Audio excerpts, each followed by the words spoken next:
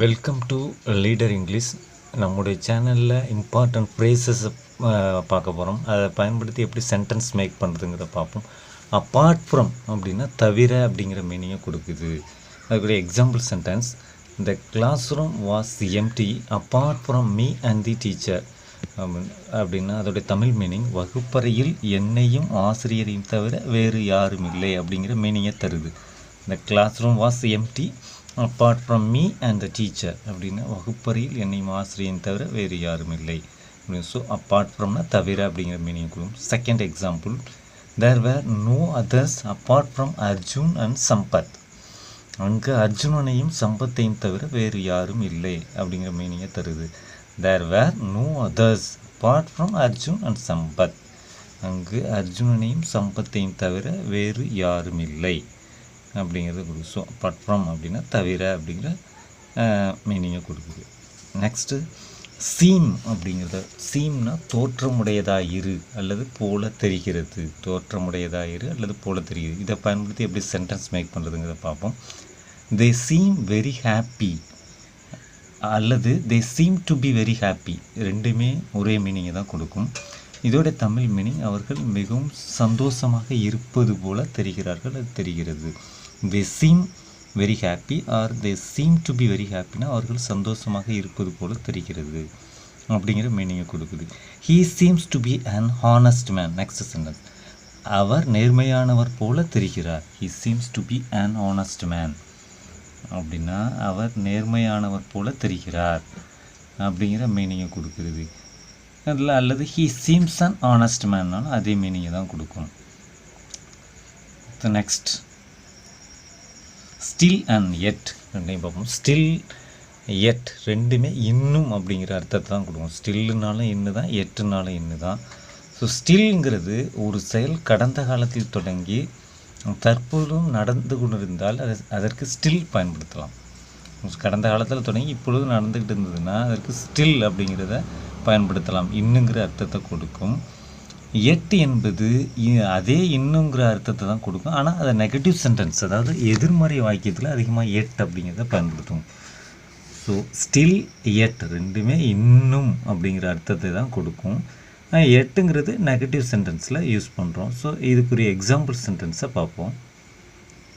Still அப்படிங்கிறதுக்கு I am still waiting for the train, நான் இன்னும் புகை வண்டிக்காக காத்து கொண்டிருக்கிறேன் அப்படிங்கிற அர்த்தத்தை தருகிறது. I am still waiting for the train அப்படின்னா நான் இன்னும் புகை வண்டிக்காக காத்து கொண்டிருக்கிறேன். அல்லது வேறு எக்ஸாம்பிள்ஸ், நாம் I am still waiting for the பஸ்னால் நான் பஸ்ஸுக்காக இன்னும் காத்து கொண்டிருக்கிறேன் அப்படிங்கிற மீனிங்கை கொடுக்கும். எட்டுங்கிறத பார்ப்போம். Train has not come yet அப்படின்னா புகை வண்டி இன்னும் வரவில்லை அப்படிங்கிற அர்த்தத்தை தரும். இந்த ட்ரெயின் ஹேஸின் கம் எட் அப்படின்னா புகை வண்டி இன்னும் வரவில்லை அப்படிங்கிற அர்த்தத்தை தரும். ஹேஸ் நாட்டுங்கிறத ஹேஸின்ட் அப்படின்னு சொல்லலாம். இந்த ட்ரெயின் ஹேஸ் நாட் கம் எட்னா ட்ரெயின் இன்னும் வரவில்லை அப்படிங்கிறது தருகிறது. I am still waiting for my college bus அப்படின்னா நான் இன்னும் கல்லூரி பேருந்திற்காக காத்து கொண்டிருக்கிறேன் அப்படிங்கிற மீனிங்கை தருகிறது. I am still waiting for the bus அப்படின்னா நான் இன்னும் கல்லூரி பேருந்திற்காக காத்து கொண்டிருக்கிறேன். இதை எட்டை யூஸ் பண்ணி எப்படி சொல்லலாம், my college bus hasn't come yet அப்படின்னா என்னுடைய கல்லூரி பேருந்து இன்னும் வரவில்லை அப்படிங்கிற அர்த்தத்தை கொடுக்கும். So my college bus hasn't come yet அப்படின்னா என்னுடைய கல்லூரி பேருந்து இன்னும் வரவில்லை அப்படிங்கிற அர்த்தத்தை தருகிறது. அடுத்து on the contrary, on the கான்ட்ரரியை யூஸ் பண்ணி எப்படி சென்டென்ஸ் மேக் பண்ணுறதுங்கிற பார்ப்போம். ஆன் தி கான்ட்ரரியோட தமிழ் மீனிங் மாறாக. ஆன் தி கான்ட்ரரினா மாறாக. ஸோ அதுக்கு example sentence, I felt that the physics class was boring. On the contrary my friend liked it a lot. இயற்பியல் வகுப்பு எனக்கு அறுவையாக, அதாவது சலிப்பாக இருந்தது, மாறாக அது எனது நண்பருக்கு மிகவும் பிடித்திருந்தது அப்படிங்கிற மீனிங்கை கொடுக்குது. I felt that the physics class was boring for me, was boring. On the contrary my friend liked it a lot. Second example, I thought she would be busy, on the contrary she was வாட்சிங் a movie. அவள் பிஸியாக இருப்பாள் என்று நினைத்தேன், மாறாக படம் பார்த்து கொண்டிருந்தாள் அப்படிங்கிற அர்த்தத்தை கொடுக்கிறது. I thought she would be busy, on the contrary she was வாட்சிங் a movie. Next, step by step அப்படின்னா படிப்படியாக அப்படிங்கிற அர்த்தத்தை கொடுக்கும். ஸ்டெப் பை ஸ்டெப் அப்படின்னா படிப்படியாக.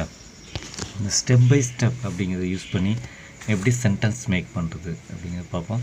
We can learn English step by step. நாம் ஆங்கிலத்தை படிப்படியாக கற்றுக்கொள்ள முடியும்.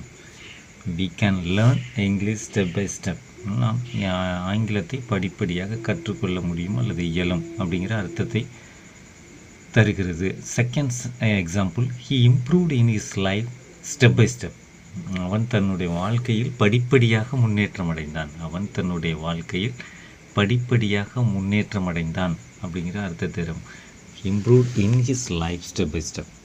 அடுத்து இஃப் அப்படிங்கிறத பார்ப்போம். இஃப்னா இருந்தால் அல்லது ஆல் அப்படிங்கிற மீனிங்கை கொடுக்கும். இஃப்னா இருந்தால் அல்லது ஆல். இப்போ பயன்படுத்தி எக்ஸாம்பிள் சென்டென்ஸ் பார்ப்போம். If you work hard you can pass the NEET exam. நீ கடினமாக உழைத்தால் நீட் தேர்வில் தேர்ச்சி பெற முடியும். If you work hard you can pass the NEET exam.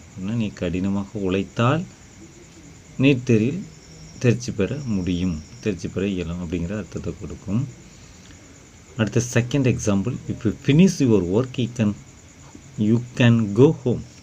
அதாவது நீ உன்னுடைய வேலையை முடித்தால் நீ வீட்டுக்கு செல்லலாம். So if you finish your ஒர்க்குன்னா நீ உன்னுடைய வேலையை முடித்தால், யூ கேன் கோ ஹோம்னா நீ வீட்டுக்கு செல்லலாம். ஸோ உன்னுடைய வேலையை முடித்தா நீ வீட்டுக்கு செல்லலாம். அடுத்தது அன்லெஸ் அப்படின்னா இஃப் நாட்னு அர்த்தம். இல்லாவிடில் அல்லது இல்லை என்றால் அப்படிங்கிற மீனிங்கை கொடுக்கும். அன்லெஸ்ஸை பயன்படுத்தி எப்படி சென்டென்ஸ் மேக் பண்ணுறதுங்கிறத பார்ப்போம். Unless you work hard you can't pass the NEET exam. நீ கடினமாக உழைக்காவிட்டால் நீ நீட் தேர்வில் தேர்ச்சி பெற முடியாது அப்படிங்கிற அர்த்தத்தை தரும். So unless you work hard you can't pass the NEET exam. கடினமாக உழைக்கலாம் நீட் தேர்வில் தேர்ச்சி பெற முடியாதுங்கிற அர்த்தத்தை தருகிறது. Next example sentence, unless you finish your work you can't go home. நீ உன்னுடைய வேலையை முடிக்காவிட்டால் வீட்டிற்கு செல்ல முடியாது, செல்ல இயலாது அப்படிங்கிற அர்த்தத்தை தரும். Unless you finish your work you can't go home அப்படின்னா உன்னுடைய வேலையை நீ முடிக்கலாம் நீ வீட்டுக்கு செல்ல முடியாது அப்படிங்கிற அர்த்தத்தை தருகிறது. தேங்க்ஸ் ஃபார் வாட்சிங். Please subscribe my channel. Thank you.